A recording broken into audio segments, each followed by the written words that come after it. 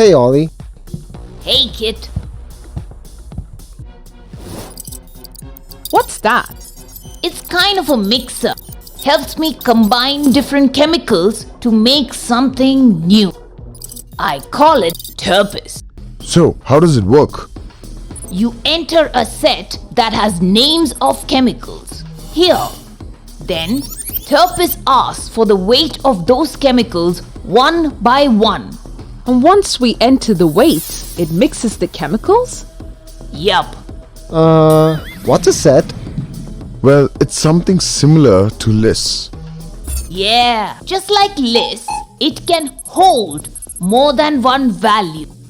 If it's same as lists, why do we need them?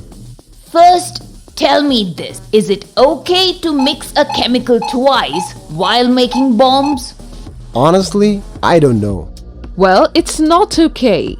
Making bombs is a delicate process. Yeah. So, mixing the same chemical twice can even lead to an explosion. That's dangerous. Very. That's why you cannot enter the chemical names more than once. Even by mistake. And sets are quite helpful here. Exactly, like if we store a value twice in a set.